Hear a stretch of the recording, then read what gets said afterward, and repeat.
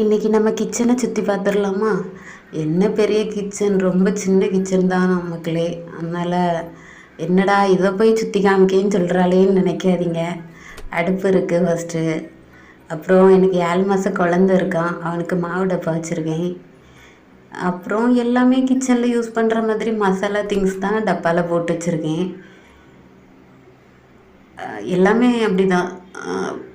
அப்புறம் உப்பு, பொடி உப்பு, புளி, அப்புறம் பெரிய உப்பு பீங்காஞ்சாடியில் போட்டு வச்சுருக்கேன். இது கூட ரீசெண்டாக தான் மக்களே வாங்கினேன், முன்னாடியெல்லாம் வாங்கலை. ரீசெண்டாக தான் எல்லாரும் யூஸ் பண்ணுறாங்களே அப்படின்ட்டு நானும் வாங்கினேன்.